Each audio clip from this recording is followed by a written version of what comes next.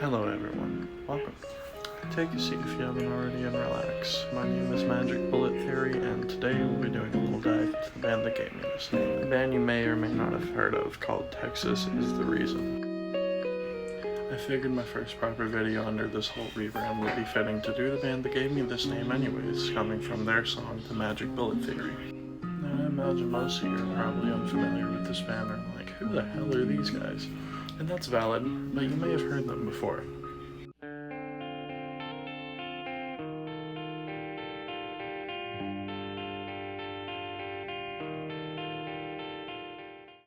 And if you somehow haven't heard them from that audio going around everywhere on TikTok, I'll be doing a small dive into them today so you can get to know them better, or be introduced to them for the first time. Let's get right into it.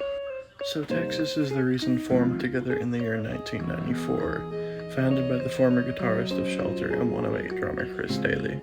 Deciding to tag along with them were Scott Weingart on bass and Garrett Clan finished their lineup. The band stuck together until 1997, disbanding before popping up in the late 2000s into the early 2010s for some reunion tours with some really good openers.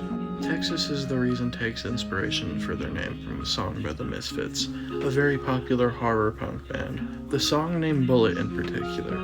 In the song, Glenn Danzig repeats the lyric, "Texas is the reason that the president's dead," referring to the historic assassination of President John F. Kennedy. Over the course of late 1995, they put hours of practice and recording into their only studio album as of the year 2025, named Do You Know Who You Are? Supposedly, the album is named after the words John Lennon of the Beatles was rumored to have heard as he was dying. But before we dive fully into that album, I'd like to bring up their 3-song EP released in 1995, as it was their first release with the finalized lineup. While not holding much importance, as all 3 songs ended up on their later full-length album re-release in 2013, this EP certainly got them noticed, to say the least. Record label after record label came knocking even after they got signed, to the point where labels would offer up to buy their deal, buying them hotel rooms and hiring limo drivers for them. Kind of crazy for a freshly formed band, but this was after the massive takeover of grunge and alt-rock as a whole. Record labels were signing whoever they could in the hopes of them becoming the next Nirvana. Anyway, on to the album. The album was recorded in December 1995 in a studio located in Baltimore, Maryland.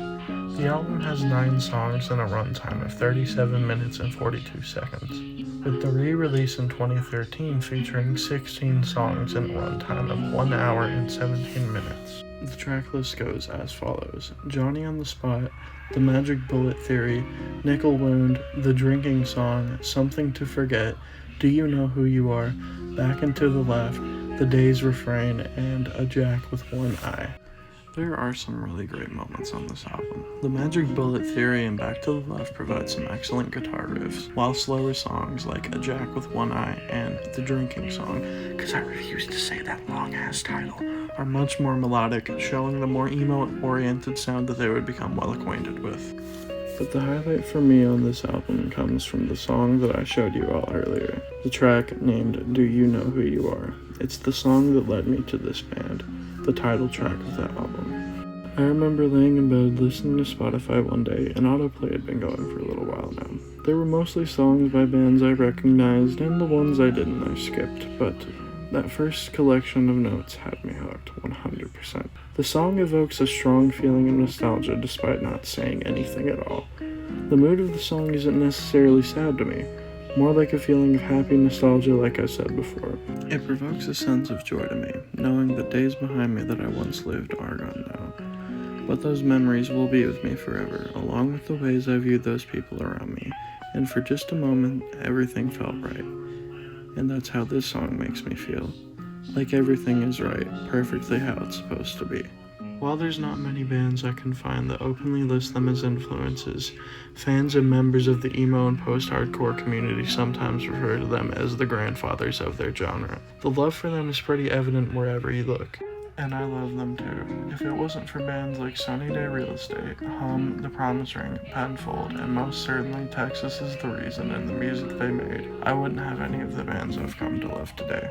Besides some love from the band Title Fight, there's not really many fans today that I can find of this band. But hopefully I've done the job today in this video and you'll be inspired to go check them out yourself, because their only album is a masterpiece in my opinion, and I think everybody deserves to listen to it. This has been Magic Bullet Theory. Thank you so much for tuning in and contributing your time. Much love and peace to you.